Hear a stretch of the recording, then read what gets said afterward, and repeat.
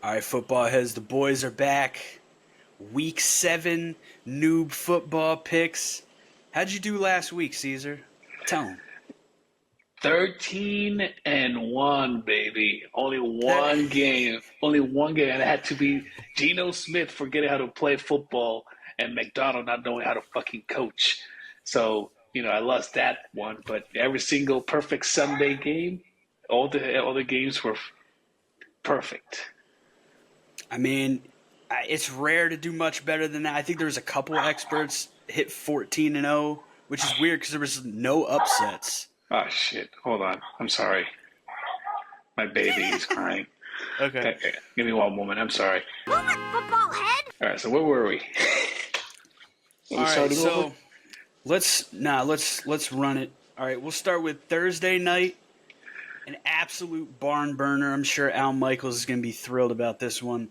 Denver Broncos at 3-3, traveling to New Orleans to take on the fast floundering New Orleans Saints, who are at 2-4 and starting Spencer Rattler. Who you got on this one? I mean, when it comes to this game, it's one of those games where you're not really sure who to pick because both teams are not doing their best right now, especially the Saints. But I have to go with one key factor, and that's injuries. Right now, when it comes to injuries, the Saints are not looking good. They have a bunch of injuries on the offensive side of the ball. So I think I'm going to give the edge over to the Broncos this week for that game. I waffled back and forth on this. I think I'm taking the Saints. I've said it before, in a game like this, who's the best unit? It might be the Broncos defense. I don't know. But I know the Saints defense, despite getting absolutely throttled last week, I think they might be able to handle Bo Nix. They got talent on that side of the ball. I think I'm going to take the Saints. I'm definitely the over-under is 37.5, which is pretty low, and I think it might still be worth taking the under on that. Thursday night football, two teams starting rookie quarterbacks, two when they're at their best, good defenses. So I'm going to go with the Saints. Are you aware? Are you aware that both wide receivers are down with injuries this week? Are not playing on Sunday. I mean on Yes. Thursday. Yes, but all it takes is a couple pick sixes, baby. That's all you need. I mean, that's all the Browns needed to score some touchdowns against the Eagles this past weekend. Yeah. Well, not a pick six, but block field goal, whatever.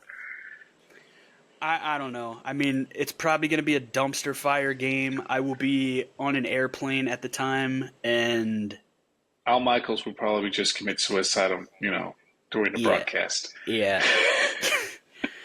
All right, moving on. This is just because I have them as my favorite team here on the ESPN app that they show up first for Sunday. Possibly the game of the weekend, a divisional matchup. Yes. 4-1 Detroit Lions, 5-0 Minnesota Vikings. The winner will be on top of the division. Who you like here, Detroit or Minnesota? Listen, I'm all in on your Vikings. I know your Vikings are doing great. They're just coming up from the bye week. But the Lions got the momentum, bro. They are rolling. They humiliated the Cowboys at home on Jerry's birthday. They played with them. They were passing to the linebackers. The offensive tackle, sorry. They were passing, doing trick plays. I'm going to give the edge over to the Lions this week. I think that you guys are going to do well. I don't think the Vikings are going to suffer. It's not going to be like a humiliating loss. I think it's just going to be it's going to be rough for them to start, and they will get better in the second half, but it still won't be enough to beat the Lions this week. That's what I got. The key for me to this, I'm not going to pick the game as is custom, I know. But the key to me is going to be pass rush, who can get heat on the other quarterback. The Vikings, they have I think the fifth highest pressure rate in the league in terms of pressures allowed offensively. However, they are also by far, they take the longest amount of time to throw with their concepts. They like slow developing plays to get shots downfield. So if you look at time to pressure, they're top 5. So they do allow pressure, but the amount of time it takes to get that pressure is among the best in the league.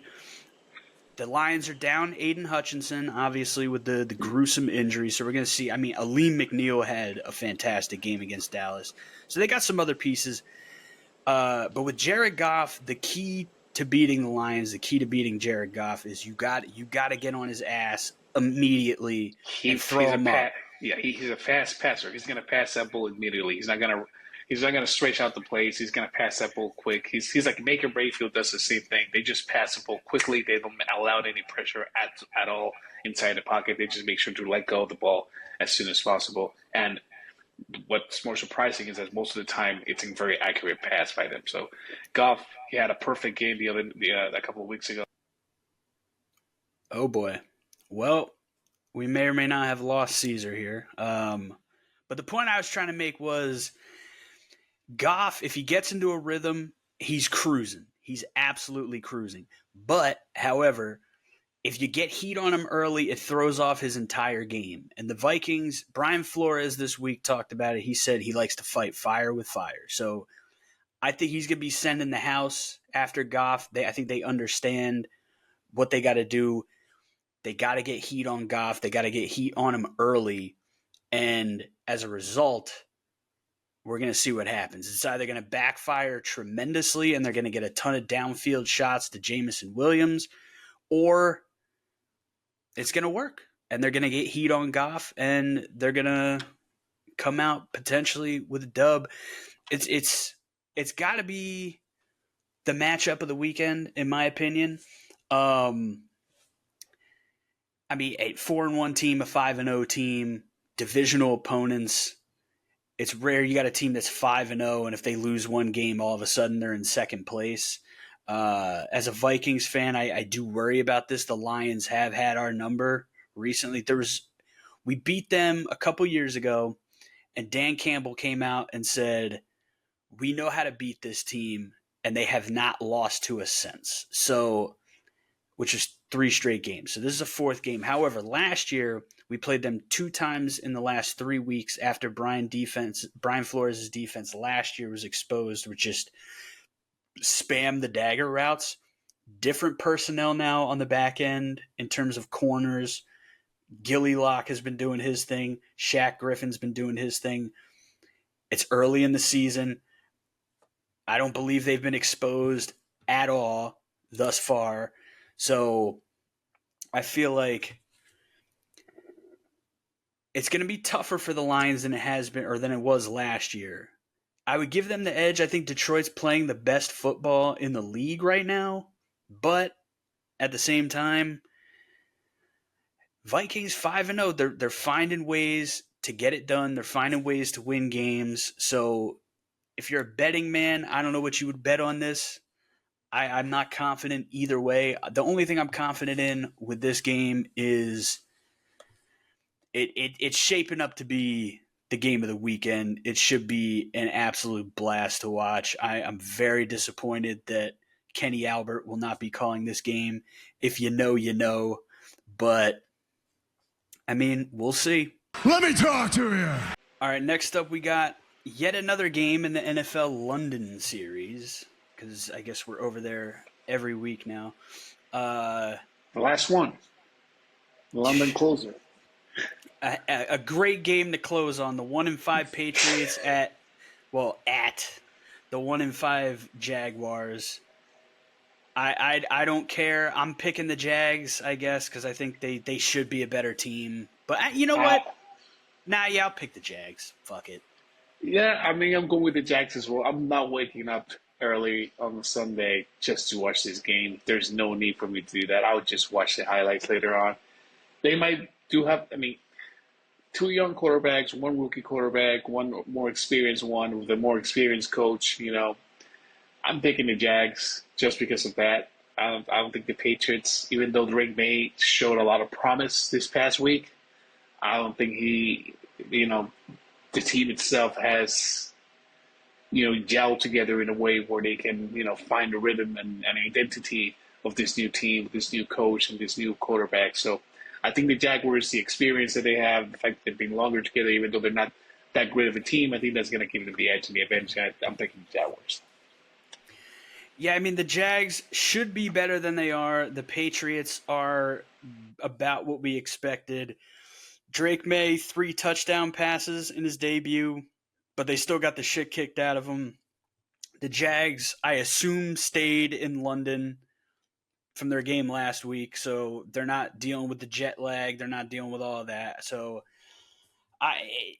to me, unless Drake May is like God on earth, It turns into I, Jaden I Daniels. yeah, I don't see it. So I'm with you. I'm going with the Jags. Next up, 1-4 Tennessee Titans against the 4-2 Buffalo Bills. I preached patience on the Bills. The Bills traded for Amari Cooper this week, Yes, they which did.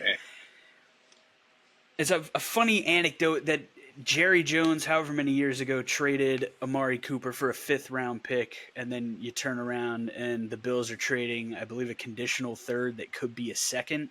So, Yes. No, I believe that's the Devontae Adams pick. Is it the same case for Amari Cooper? I think so. I don't know. Second or either way, it's a better pick than Jerry got for him back when he was like in his prime. I'm going with the Bills. The Titans are dead to me. Yeah, I mean it's a clear favorite. The Bills, the Titans are the underdogs in this scenario. I'm picking the Bills as well. There's no reason for me to believe that the Titans will be able to overcome the Bills and win this game. But I cannot wait to see the new Will Levis meme of the week.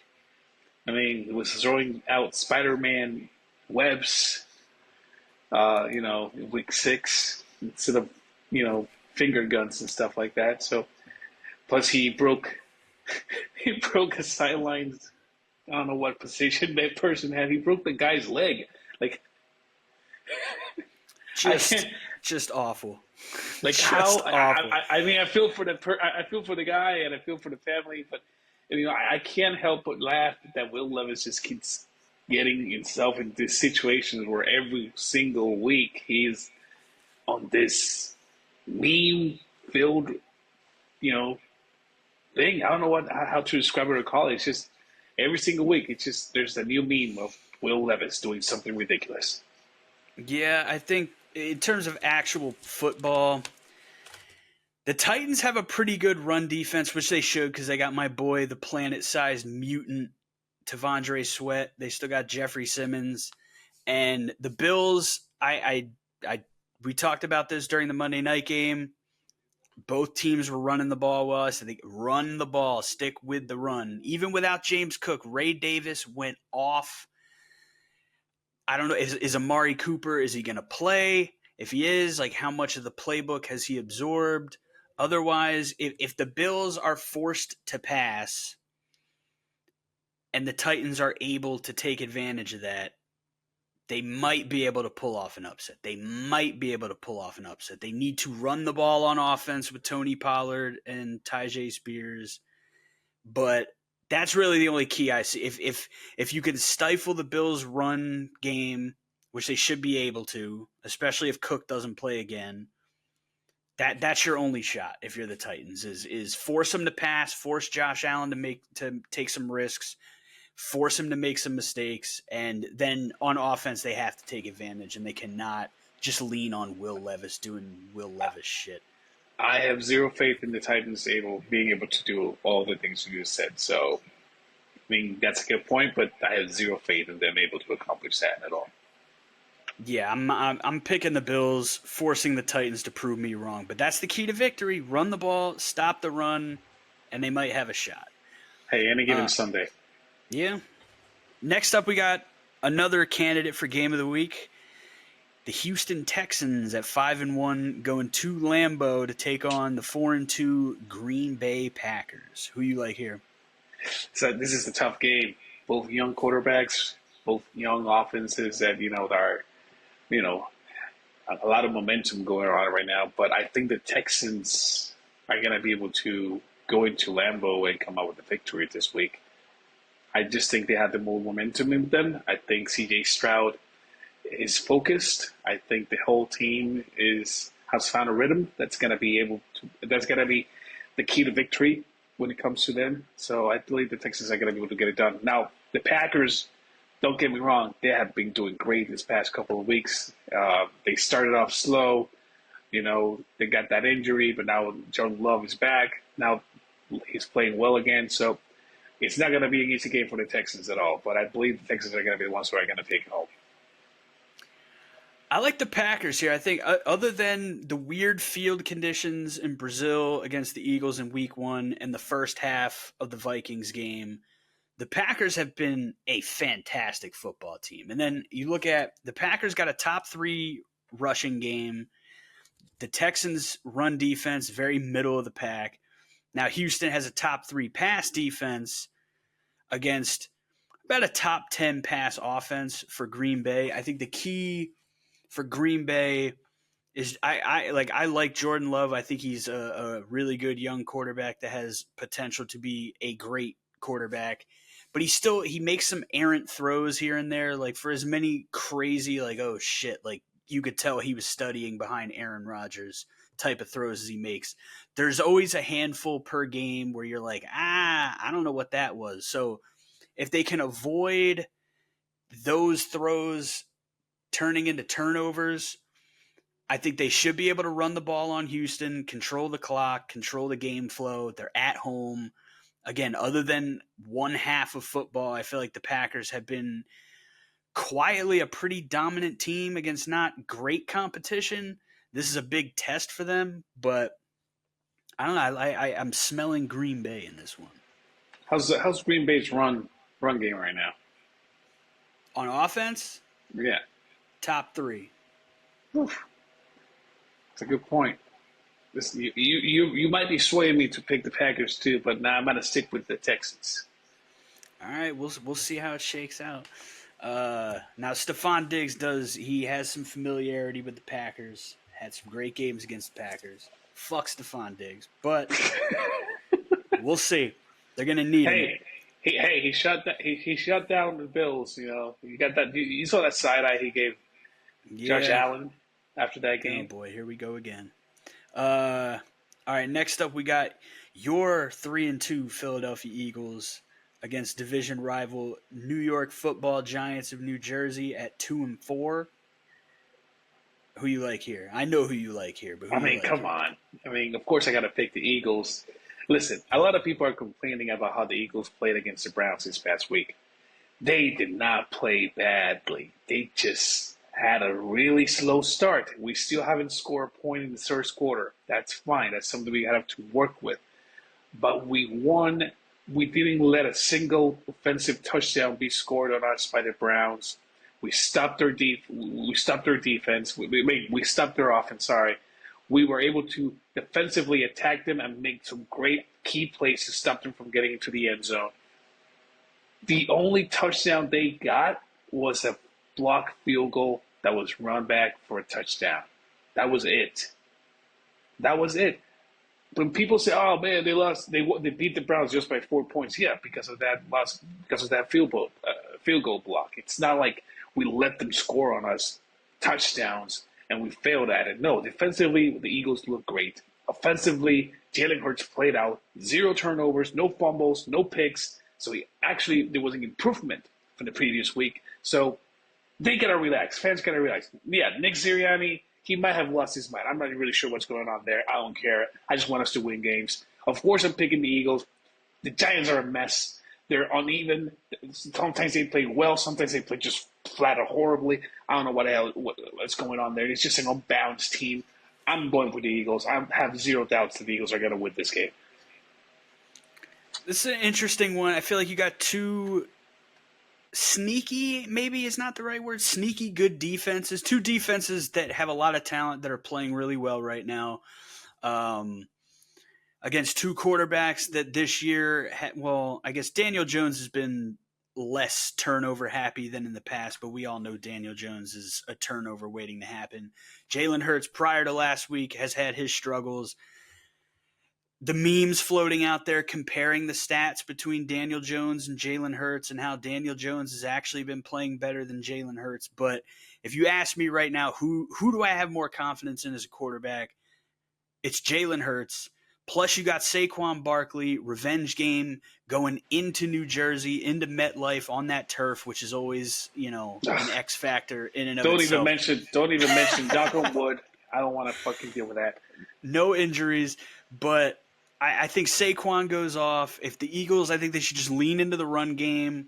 Don't try to do anything too crazy through the pass game, but you got Brown back healthy. You got Smitty back healthy. You got your full complement of weapons. You got Saquon, who's going to want to stick it to the Giants. You got two good defenses. I believe the over-under is 42.5. I would lean toward the under just because of how well these two defenses are playing, which means it's going to be a fucking shootout, but I'm going with the Eagles.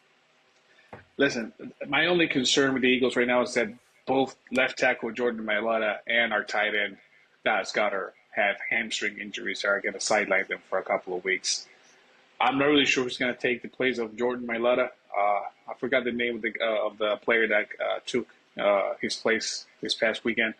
But we got Kyle McQueen, who's a great tight end. He played well. He had some key plays this past week against the Browns. So when it comes to the depth in the positions, I think the Eagles have the upper hand no matter what. So definitely I'm picking my Birds. That is a matchup to watch. If Mailata's out, again, you got Sexy Dexy in the middle. Brian Burns finally getting back. I don't know if Kayvon Thibodeau is going to play this week. So that is a key matchup. Fangio's got to adapt, and he's got to get ready for that because he knows not Fangio. Sorry, what's his name? Jesus, I'm growing a blank. Dad's brain. Bald Sirianni is going to handle business. No, not Sirianni. I don't. Jesus, the whole situation with the fans, apparently it all got escalated to a point where it was just him talking trash to Eagles fans. No, he was actually just responding to one specific fan that was heckling him during the game, and the fan did not. He thought it was just fun and playful. He didn't think it was a disrespectful or anything like that. So it's whatever. Anyways, I forgot the name of our OC. Who the hell's our OC? I forgot his name. God damn. Kellen Moore. There you go. Yeah. Kellen Moore just got to make sure that he makes the proper changes to that offensive line to make sure that they're ready for that defense. So, yeah. Kellen Moore does love to pass the ball, though. So, again, they should still – their receivers can handle the secondary. It's just that defensive front for the Giants, if they can get after Hurts, force some mistakes before they can let things develop down the field. Like you said, if Goddard's out, you're not going to be able to distract them in the middle of the field. You're not going to be able to use the deep routes to get Goddard open over the middle. So I would say healthy dose of Saquon, a little more short game than longer developing routes, and the Eagles should handle business. I like the Giants more than most, but I think both these teams at this point maybe a little bit slept on, but I think the Eagles, they still got shit to figure out from the outside looking in, it feels like, but I don't know. I have more confidence that even in a stage of them trying to figure it out, that they're a better football team than the New York Giants. They are improving constantly. I've been seeing it. I mean, as a fan, of course, people are going to say I'm biased. No, but I've been seeing since week one how they have been improving in key aspects of the game, especially when it comes to the defense. They have improved tremendously from the last couple of games from last season and that playoff victory loss against Tampa Bay. They have been improving in defense. Offensively, we were improving until, those injuries when it comes to AJ, that hit on Smitty, that hurt us a lot. But since they're back, I saw them and just improving consistently that game. So I'm confident that the Eagles are going to continue to improve. They're going to be able to figure things out, and they're going to continue to win games. So, yeah, go Birds. Speaking of birds, we got two more birds. Seattle Seahawks at 3-3, traveling to the ATL to take on the Falcons at 4-2. Over under 51.5 for this game. Atlanta favored by 3 points. Who you got? Swag surfing. I don't know how that's done. I have no idea what swag surfing is. But yeah, I'm picking the Falcons. I'm picking Kirk O'Shane's. I think they listen. Geno Smith and the Seahawks let me down last week, all right? I'm not over it. I'm not trusting them anymore. I'm going with the Falcons. I think they got the momentum. I think they're doing a tremendous job offensively. I think the Seahawks have issues when it comes to the offense that are affecting the way they're playing. Their defense is doing well; they're not that bad, but offensively, Geno Smith has to figure some things out that are constantly affecting him when it comes to passes. He's just overthrowing receivers all the time. It's just he needs to figure that out. I have more faith in Kirk O'Shane and the Falcons, so I'm picking the Falcons. Now, I do have more faith in Kirk O'Chains. However, the Falcons' pass defense is awful. Just flat out awful. But with that said, they have not allowed a ton of passing touchdowns this year, which is an interesting duality. Meanwhile, Seattle has a terrible run defense. And we know Atlanta has talent in the backfield. Bijan Robinson, Tyler Algier. Hopefully, Bijan plays. Yeah, I say this about every team. I'm going to record an episode after this. It might come out before this episode, or they might come out at the same time. But run the ball.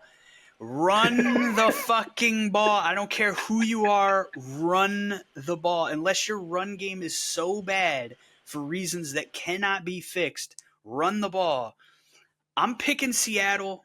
It's like when I picked Atlanta over Tampa Bay, whatever week that 2 weeks ago, where it was just like I just can't see Tampa Bay having this massive lead in the division this early because it's the NFC South. It's the same thing here. Like I think Atlanta at home, I trust Kirk more than I trust Geno. Atlanta should win this game, but I think Seattle's going to bounce back. The 3 straight losses. They had the extra 3 days because they played the Thursday game, so they got a little more time to prep. I think Geno can get back on track against a pass defense that's given up a lot of yards. They're giving up a pretty high completion percentage. I'm going to take Seattle, even though they're traveling all the way across country. They're playing a 1 p.m. game, but I don't know. My gut says Seattle, and I'm going to go with my gut on this one. Well, your gut's going to be disappointed when Seattle just disappoints and they lose the game because the coach does not know what time management is, whatever. Yeah, but I mean, that's like 85% of the league at this point. I'm still salty, Seahawks. I'm still salty. All right, let's next. Another divisional matchup. AFC North 2-4 Cincinnati Bengals coming off a win against the 1-5 Cleveland Browns. I smell a streak. I smell a streak for the Bengals to continue to win. They're going to continue to win. They started slow. They had those issues. But even though with those issues, have you seen the stats that Joe Burrow has been coming up with? It makes no sense how he's getting those stats and still losing the games. So I smell the Bengals just coming off and just winning a couple of games straight from now on. So I'm picking the Bengals. The Browns, they are a mess. They just lost Amari Cooper. Deshaun Watson forgot how to play football. Their defense is their only strong point. That's they're still defensively. They're still good. They're not great. They're not excellent, but they're still solid. Like I said, they were able to block a field goal and run it back for a touchdown last Sunday against the Eagles. That was a good play, even though I hated it. So that's their only silver lining. But the rest of the team is just a mess. And, the Bengals are going to win this. Yeah, I'm with you. I mean, there's no part of me that will allow myself to pick Deshaun Watson after I almost did a couple weeks ago, and then I realized, what the fuck am I doing? And then I didn't pick them, and then they lost because they suck. Now they do have a good defense. Joe Burrow and the Bengals did struggle a bit against the Giants last week. So that the Browns' only chance. I enjoyed it, but I love a defensive struggle. The Browns' only chance is they're going to have to force some turnovers like they did against you guys, get a touchdown by some other means other than – I think now with Amari Cooper being traded, Rodney McLeod is the only player on the team with multiple touchdowns, and he's a safety, a backup safety. Yep, that's correct. Awful. Absolutely awful. Their offense is just shit right now. It's just it's the opposite of what a good offense should be. It's just flat out shit, dog shit. I mean, we know this is what Cincinnati does. They start bad, they climb back in. They got weapons. Jamar Chase is playing like a top 1, 2, 3 receiver in football right now. It's the T hair, man. Higgins had a good game. Shouts out Andre Yoshivas from Princeton, New Jersey.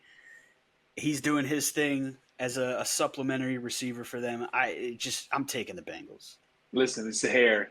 He's letting that hair grow out again. So, he's getting better. Every he lets that hair grow out, they win. So, Joe Burrow, stop getting lesbian haircuts. Come on.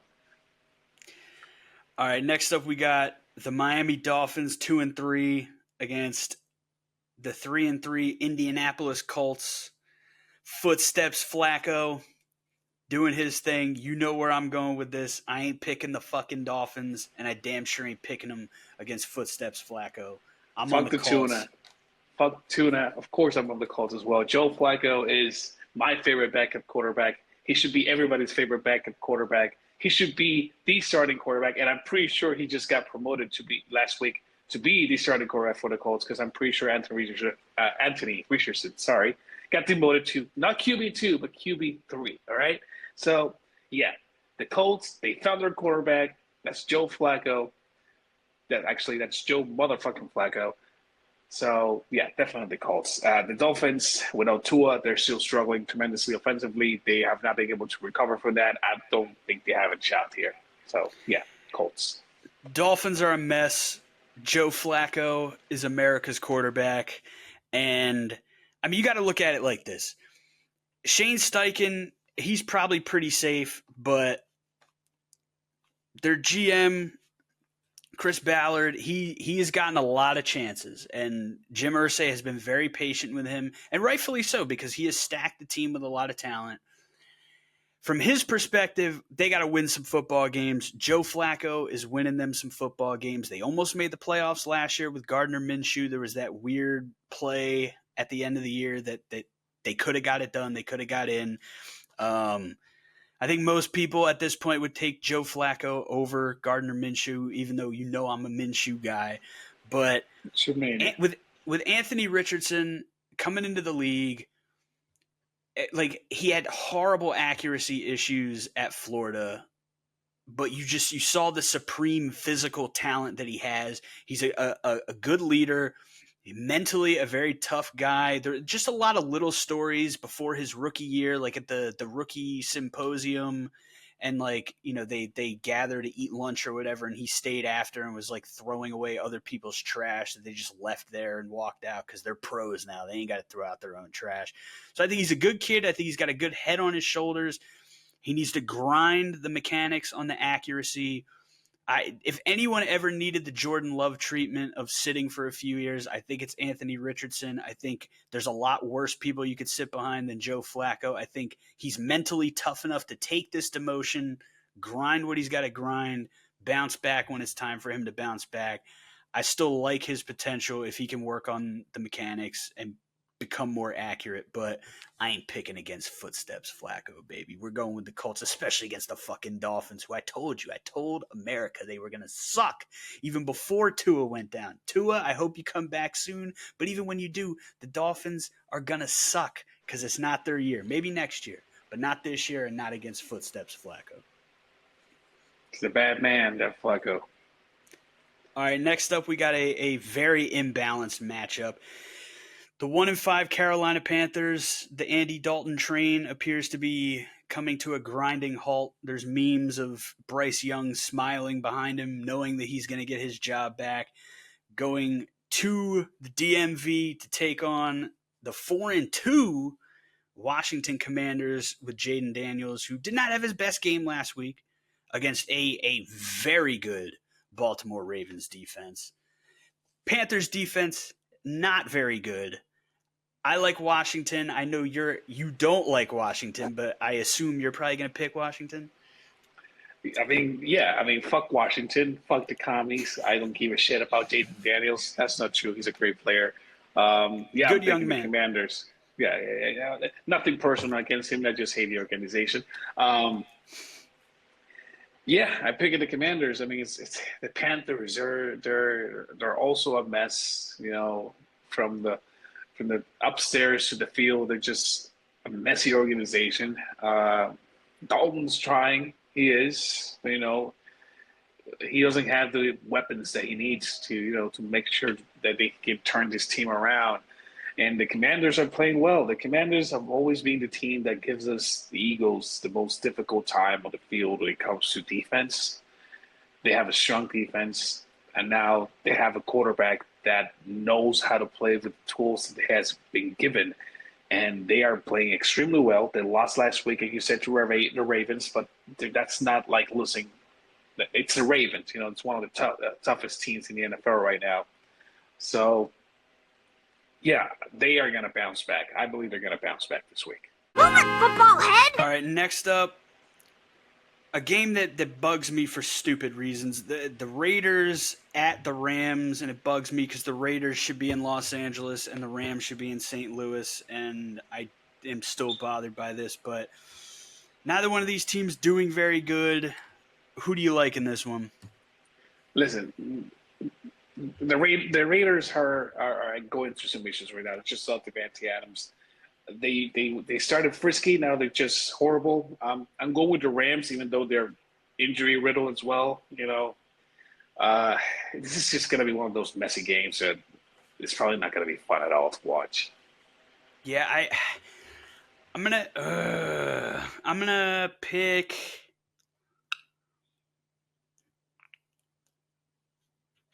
I'm going to pick the Raiders. My gut was Rams. Everything was leaning Rams, but I feel like the Rams losing this game, being 1-5 when they play Minnesota next week, will create anxiety for me if there's no way the Rams are going to start 1-6, and then I'm going to be worried about that until Thursday. So based on that alone, I'm going to pick the Raiders. I am not going to watch this game live. I will watch highlights, but it's a very unconsequential game in the grand scheme of things. So, any other points on this? Or are you good to move on? No, I'm good to move on. There's nothing appealing about this game to me. I'm not sure. There's just no. I mean, the only silver lining inside the Raiders is Max Crosby. So, some people are saying that he's looking to move out of the Raiders. He already said that that's not true. That he, just the media being the media. But that's it. All right, well, a game that is very consequential. Super Bowl rematch, Kansas City Chiefs 5-0 against the 3-3 San Francisco 49ers in the Bay Area. I know you don't particularly like either one of these teams, but you got to pick one, so who are you going to pick? I'm picking the bloody Chiefs. I think they're 5-0. They haven't been playing great football. They're just, they've been surviving. They had one game where they felt like a solid, team, where their win was actually, an actual win, and not just like, hey, another controversial win for the Chiefs. And the 49ers, they've been uneven this year, mostly because of injuries. Chris McCaffrey still out with that whole situation. I'm going with the Chiefs. I think the Chiefs are going to go into the stadium and it's just going to show the 49ers faithful that, this is still their league for the time being. I'm going the other way. I'm going San Francisco. I feel like you get these rematches, and my memory could be complete bullshit on this, but I feel like the team that lost, they get that rematch because it means a little more to them. But beyond that, these two are, despite one being 5-0, the other being 3-3, very similarly ranked in a lot of like basic stat categories. I can't speak to the advanced stats because I'm cheap and I do not yet pay for the advanced stats. But very similarly ranked, and I think the key here is San Francisco forces a lot of turnovers, specifically interceptions. The Chiefs this year, 6 passing touchdowns against 6 interceptions. Patrick Mahomes has been turning the ball over more than usual. This is not a primetime game where he turns the ball over like 75% of the time. But I think Fred Warner is going to force a turnover here. I think they're going to pick off Patrick Mahomes.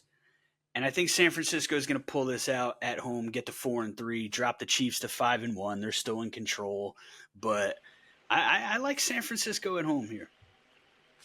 All right, that's fine. I mean, that's a good point, but unfortunately, I mean, yeah, you got the Eagles beat the Chiefs last week doing the Super Bowl rematch. That was a good game. I was drunk out of my mind watching it, and I had a lot of blasts, especially after we won. But I don't know. The 49ers, they're struggling, and I think that's gonna, affect them at the very least. So yeah, I'm sticking with the Chiefs. All right, now we got Sunday Night Football. The New York Football Jets of New Jersey, 2-4. Everybody's punchline right now. Everyone's got their ayahuasca, Aaron Rodgers jokes. All the stats about how they've scored the exact same amount of points this year so far through 6 games as they did last year with Zach Wilson. Going to Pittsburgh, take on the 4-2 Steelers, who apparently will be starting Russell Wilson despite Justin Fields playing easily the best ball of his career. Who you like here? I'm liking the Steelers defense, and that's about it. I mean, listen, Justin Fields, like you say, he's been playing really well, and that's why they have a winning record right now from the start of the season. He's been doing a tremendous job. That defense has been doing a tremendous job. The Jets, they are actually struggling. They got what they wanted. I mean, they got what Aaron Rodgers wanted, which was to get rid of Robert Saleh and to get Devontae Adams into the team. News. Fake news. That's what. It's whatever. It's water under the bridge. He's gone. Adams is in. It doesn't matter.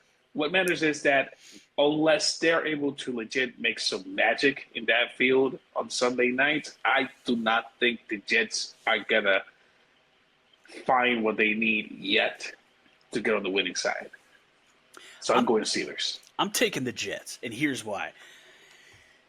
Russell Wilson, someone online, I did not watch this video, but I was given an in-depth breakdown by my boy Adam as to why Russell Wilson has struggled in the past few years and the way offenses have changed over the last few years and the way defenses have changed and the style of play of him dropping back, creating extra. And it kind of speaks to why Aaron Rodgers has struggled a little bit in the last few years.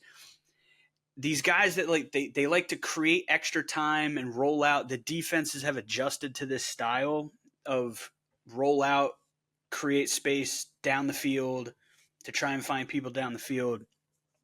Russell Wilson, he's been injured. He hasn't played. The Jets defense is still the Jets defense. And yeah, like Pittsburgh's defense is nothing to play with. Let me check the over-under on this because we're taking the under. The over-under is 38.5. Definitely going under on that. But I think with Devontae back, like as much as Rodgers loves Allen Lazard and I think he leads the league in drops, but I also feel like he's made a lot of pretty good plays. Having Devontae Adams back, like they talk about the mind meld, how like those are two guys that like it's almost like they see a defense and like the cliche of like they just give each other a look and they both know they're thinking the same thing. They don't even have to give each other the look. They just see it and know it and do it. And I've seen it as a Vikings fan many times. I think having that like security blanket for Rodgers, I think we're going to see Aaron Rodgers' best game. He had 3 interceptions against the Vikings. He had the one last week. I think we're going to see as close to peak Rodgers in this game as we've seen in his Jets career. I think because again, like Nathaniel Hackett was in Green Bay when they were doing their shit together. Now, I know Todd Downing is calling the plays now, but this is Aaron Rodgers' offense. So I think as opposed to like Amari Cooper going to Buffalo, like there might be some differences in how they do things there versus Kevin Stefanski coming from the Kubiak system in Cleveland. So it might take some time to adjust. Like Devontae knows what he's stepping into in this game. He knows what his role is. And even if he doesn't understand the playbook at all, him and Rodgers can see a coverage and execute. I think you got 2 good defenses. I think it's going to come down to who can make a couple big plays.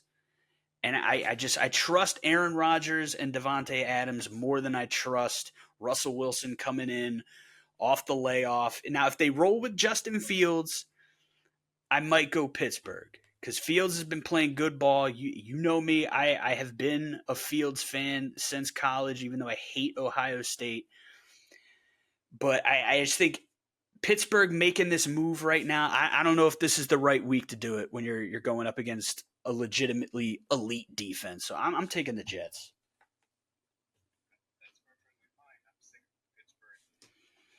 All right, we got another random Monday night doubleheader. I'm not opposed to it. They've at least been picking these well. Where there's one game that everyone wants to watch, and then the other game that it's like, nah. Although they got them in the wrong order this week. We'll start with the shittier one. The Los Angeles Chargers going to Arizona to take on the Cardinals. Who you got here? Jim Harbaugh. That's all I'm going to say. The Cardinals, they started the season with some frisky games where they were like playing really well. But I'm not sure. I'm seeing commercials for a new Call of Duty Black Ops game. I'm not sure if he's going to continue to. I mean, he's getting paid. He's going to get paid now by Call of Duty. So, he's getting mentioned in commercials and shit. So good for them. But yeah, I got the Chargers. I think Harbaugh is doing a slow burn season where he's just like slowly creeping in. And he's just going to end up being a big deal in the playoffs. So yeah, I'm picking the Chargers. Can't bet against Jim Harbaugh. The man had a massive heart attack on the sideline, went into the tent for about 2 minutes, came out ready to go. Obviously, he didn't have a massive heart attack, but there was conspiracy theories online because then he went into the locker room, came back out to finish coaching the game, but he had a fresh pair of khakis on, and the rumor is it was not an arrhythmia of the heart, that he actually shit his pants and had to change his pants out and come back out. I don't know if that's the case. Either way, whether this dude had some kind of heart issue and was like, nah, fuck that, I'm finishing the game, or whether he shit his pants is like, nah, fuck that, I'm finishing the game. Jim Harbaugh is a fucking guy. And I just think the Chargers are a better team right now. The Chargers will charger, which means everybody on their team is going to get injured at some point. It's written in the stars. But they're a better team. The Cardinals kind of losing their way a little bit. I expect them to figure some things out by season's end and be better than maybe they've looked in the last few weeks. But I think the Chargers handled it. It's a short trip. LA to Phoenix or Glendale. It's about as short a trip as you can get. It's Chargers. Easy. Yeah. We're going to run through it. All right, and then the last game, another candidate for game of the week, Monday Night Football. The red-hot Baltimore Ravens taking on the also, I guess, white-hot Baltimore Ravens, red-hot Tampa Bay Buccaneers in Tampa. I think the Bucs are a little, they're a little colder than red-hot, but, they're still hot. I got the Ravens. I got the Ravens in this game. They're stronger. They're better. And that's not saying that Tampa Bay is a bad team. They're not. They're a really good team. Baker Ravens are a really good quarterback. But I think the Ravens are just a better team overall. That's it. That's the only framework I can think about. I think Derrick Henry's run game. I think Lamar's, ability to be able to run the ball or actually make a great pass in very difficult situations for him is going to make sure that they are able to get the win this week over the Buccaneers, who, even though Baker passes the ball quickly and they're able to escape the pressure, they defensively don't have what it takes to stop the Ravens offense. Yeah, I mean, you have easily the best run game in the league. You got the best running back in the league right now, by and far. You got the best running quarterback of all time against Tampa Bay, who had some struggles early. They're about a mid-pack run defense, which ain't going to be good enough against Baltimore. Baltimore kind of middle of the pack pass defense. Obviously, Baker with Mike Evans and Godwin has been lighting it up. They dropped 51 last week, which caught me off guard because I was watching the game and they were like in the 30s and they got to like 41 or whatever points. And there was like a few minutes left. I'm like, this game's dead. And then I checked back later and they're like, oh yeah, 51. What was it? 51-24. I was like, 50? Yeah, 51-27, Damn. 51-27. So I think the game's going to come down to Baltimore running the ball. Again, run the ball, control the clock, control the game flow, and Baltimore should handle business. Tampa, can you disrupt that? Can you get yourself into some kind of flow, take advantage of the passing game? The other thing to watch is Baltimore historically in the last however many years, a lot of collapses, a lot of fourth quarter collapses. They flirted with it, not terribly, but a little bit last week. And if you get to that late game, they've been running the ball all game. They've had a lead the whole game. And then you get to the fourth quarter, and Baker's like, fuck this. We're going to sling this thing all over the field. I could see Tampa Bay making a fourth quarter comeback to steal this, but I'm picking Baltimore. Quote the Raven, nevermore. Fucking Mark. Two teams on bye week this week, only two teams, as opposed to last week when it was four. We got the Cowboys and the Bears, both teams on different opposite ends of the spectrum when it comes to the win-loss record and column. The Cowboys, as we all know, got completely humiliated by their Lions. So, they got this week to figure things out and see what they can do. I mean, they got injuries on the defensive side of the ball. They offensively could not get things going. They were getting obliterated. They were getting pressure. Dak was not able to release the ball quickly. And then the Bears, well, they're on the opposite side. They are just continue to get better every week. Caleb Williams is showing that he was worthy of being a first draft overall pick. And he's working for the Bears. So, yeah, get some rest and come back next week. I completely agree. I said this a few weeks ago. The Bears, there was a game where they passed like 52 times or something like that, and they lost. And then they came back the next week. They ran the ball. They didn't throw the ball all over the field. And I said, this is the key to success for the Bears. You got a great defense with championship caliber potential. Just run the ball. DeAndre Swift has been coming on. Put Caleb Williams in manageable situations where he can get into a flow, get into a rhythm, and then he could do some of the crazy Caleb Williams shit while he's in a rhythm, and he's more likely to complete those throws. So I don't know, if you're the Bears, maybe a badly timed bye. You kind of want to keep the train rolling, but at the same time, gives you a chance to self-scout, see what you could do better, and just buys you an extra week to game plan for whoever you got next week. Who I'm looking up right now is the Commanders in Washington. So that's going to be a fun game. Oh, yeah. Who the Cowboys playing? Oh, boy. Does it matter? Oh, God. Ooh, they need this bye week bad. At San Francisco. Ooh. Oh, even in a down year, like San Francisco has just owned the Cowboys. So, and that's Sunday Night Football too. So they might have another massive, very public embarrassment on their hands. So we'll see how that goes. We may or may not have lost Caesar again. I was going to ask him for his non-pick predictions, but if we lost him here, then I think we'll move on, and I'll in the description, in the comments, any non-pick predictions that he has, we'll post them there, and we can follow up on those. But yep, thanks for tuning in. Sorry for the rough week of technical difficulties. But we'll see how it goes. There appears to be a trend every week that we're unable to produce the show.